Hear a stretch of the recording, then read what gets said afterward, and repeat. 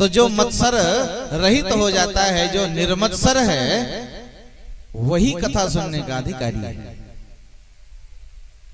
और निर्मत्सर कौन होता है? जो सत्संग किए रहता है, जीवन में सत्संग किया है, संतों के पास बैठा है, ब्राह्मणों के पास बैठा है, बुजुर्गों के पास बैठा है, ज्ञान है, वही निर्मत्सर होता है। राम कथा के तेई अधिकारी और जिनके सत्संगत अति प्यारी। परमात्मा की कथा के वही अधिकारी हैं जो सत्संगी हैं, सत्संग करते हैं, सत्संग कहते हैं, सुनते हैं। तो परम अधिकारी कौन है? वो जो बोले जो निर्मत्सर है, जिसके जीवन से मत्सर निकल गया, वही कथा का अधिकारी है। जय हर सही पर संपत्ति देखी, दुखित हो ही पर विपत विसेखी। जो दूसरों की संपत्ति को देख के प्रसन्न होते हैं, दूसरों की विपत्ति को देख के दुखी होते हैं, वही जीव परमात्मा को अतिशय प्रिय है और वही कथा के अधिकारी है। निर्मत्सराणाम सताम, जो सज्जन हैं, निर्मत्सर हैं, वही कथा के अधिकारी हैं। वेद्यम वास्तवमत्र वस्तु शिवदम तापत्रयोन्मूलनम। अत्र वास्तु वस्तम वेद्यम, भागवत में वास्तव वस्तु का ज्ञान कराया गया है। सही है क्या? क्या जो हम जानते हैं वही सही है? क्या जो हम कर रहे हैं वही सही है? तो अगर वो नहीं सही है तो फिर सही क्या है? इसका ज्ञान भागवत सुनने से मिलेगा। जब हम भागवत सुनेंगे, संतों की वाणी जीवन में उतारेंगे, उसका अनुकरण करेंगे, तब हमें पता चलेगा सही है क्या। वास्तव वस्तु का ज्ञान भागवत सुनने से होता है। वास्तवी माया वास्तवम जगत वास्तवो देवः।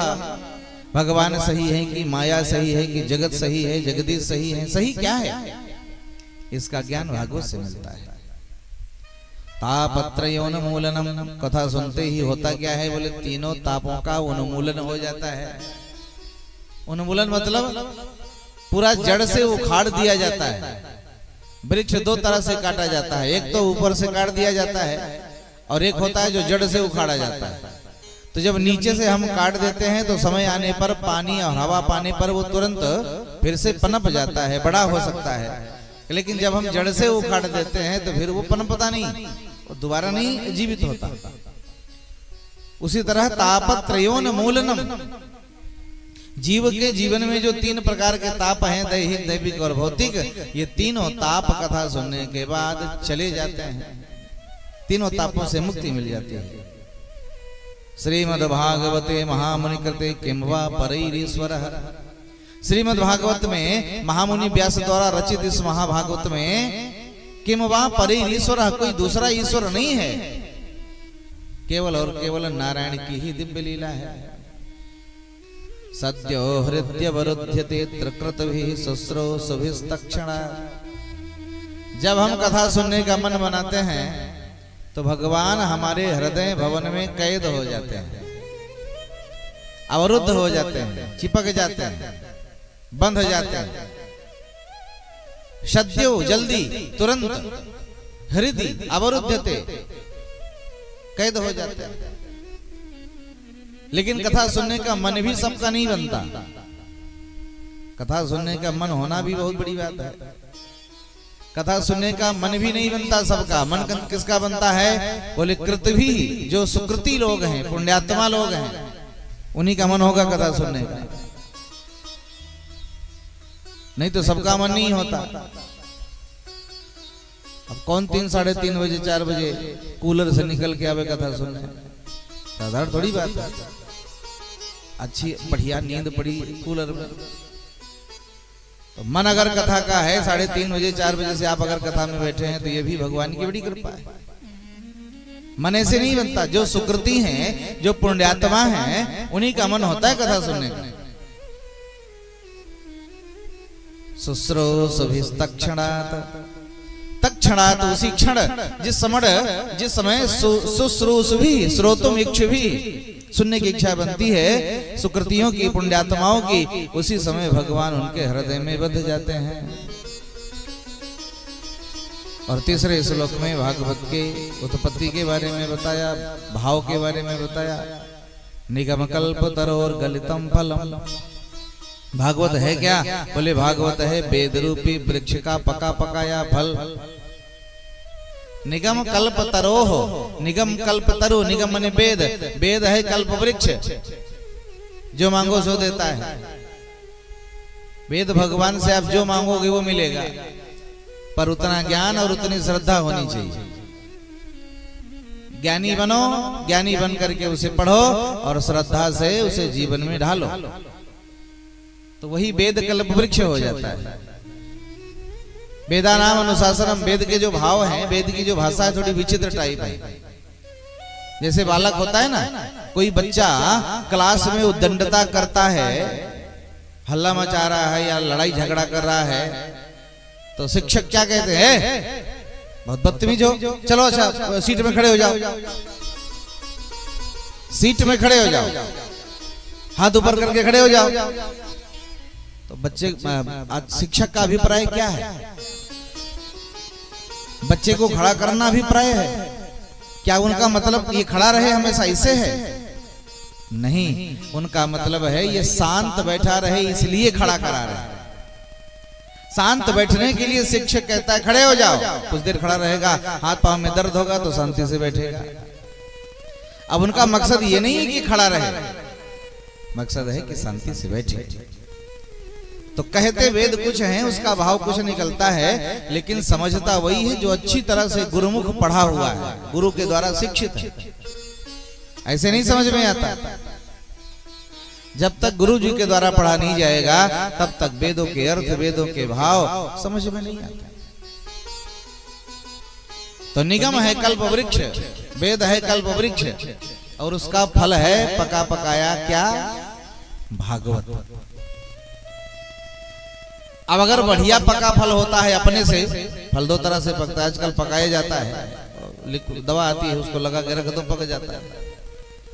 तो ये नहीं, अपने से जो फल पकता है स्वाभाविक है वो मीठा होता है, अपने से पका हुआ। और ये स्वयं में पका हुआ फल है और ऊपर की शाखा से धरती पर भक्तों के कल्याणार्थ आया है, बड़ा मीठा है। इसकी गारंटी है। बोले कैसी गारंटी? बोले सुख मुखातमृतद्रव संयुतम।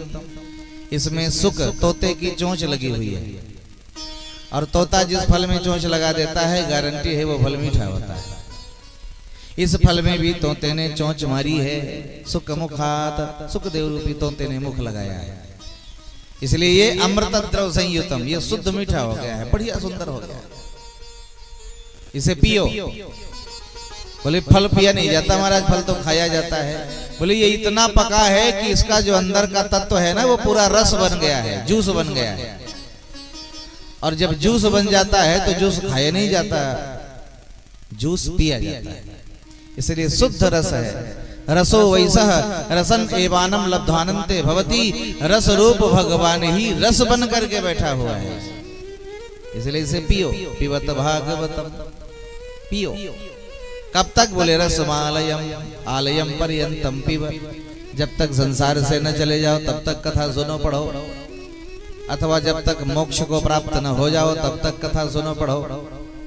अगर कथा सुनते सुनते शरीर छूट गया, सुनते सुनते मतलब 7 दिन में नहीं, अब लगातार कथा सुन रहे हो, जहां कथा मिले वहीं जाओ सुनो। लगातार आप कई वर्षों से कथा सुन रहे हैं और अगर आपका शरीर छूट गया और फिर भी अगर संसार में आना पड़ा किसी कारणवश, किसी गलती बस, तो मनुष्य ही बनोगे, इसमें कोई दो राय नहीं। और मनुष्य बने तो फिर पियो, फिर सुनो।